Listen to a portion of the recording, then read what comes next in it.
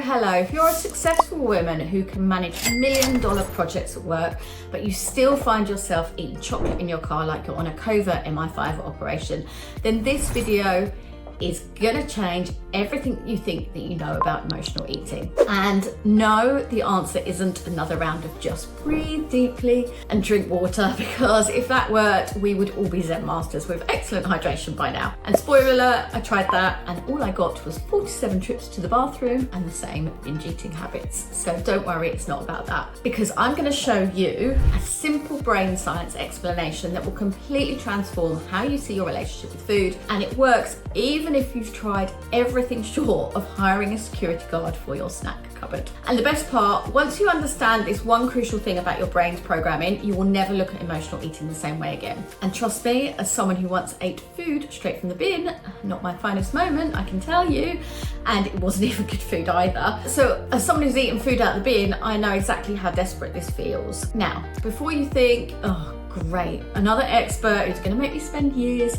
painfully rehashing my past, stop right there.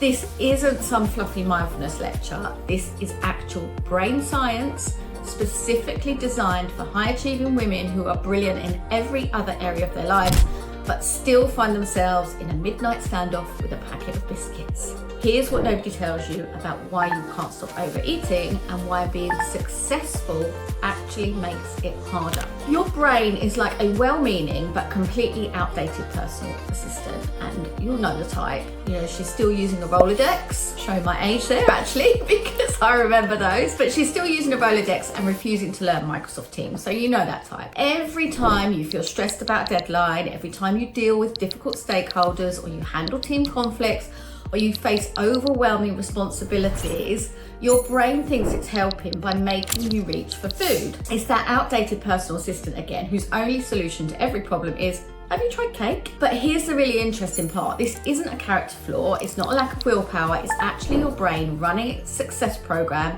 just with seriously outdated software. Think about it. Every time you've eaten to handle stress, because food gives you energy and a big dopamine hit, your brain makes a note of that and it says, great, we survived that situation. It doesn't care that you feel guilty afterwards. All it cares about is that you survived, and in its book, that is a win. So the more successful you are, the more your brain thinks this strategy is working. I mean, look at everything you've achieved. Clearly this eating pattern is part of that success formula, and that's your brain's logic, not mine, by the way. But here's where everything changes. Understanding this completely removes the shame. You are not failing. Your brain is actually trying to help you to succeed. It's just using strategies from about 10,000 years ago, and sadly our brains, yep, they haven't moved on much. And I'm sure you'll know people who are still acting like cavemen in every aspect of their lives, not just with their eating, right? But listen, our brains haven't moved on in 10,000 years. So it's acting like it's trying to navigate modern London with a map from the Middle Ages. Of course the Thames is still there, but everything else has changed. So the next time you find yourself reaching for food when you're not hungry, remember this isn't a willpower issue.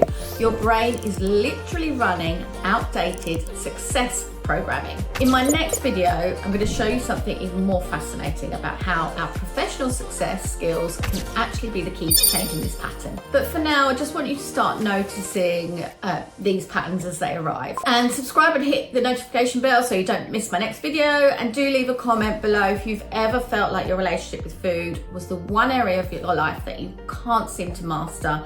Believe me, you are not alone. And the more we can talk about these things, the more we can get rid of the shame that we feel around them. And I want you to remember that you are not broken and you don't lack discipline. You are just running some outdated software that needs a bit of an upgrade. So I'll see you next time.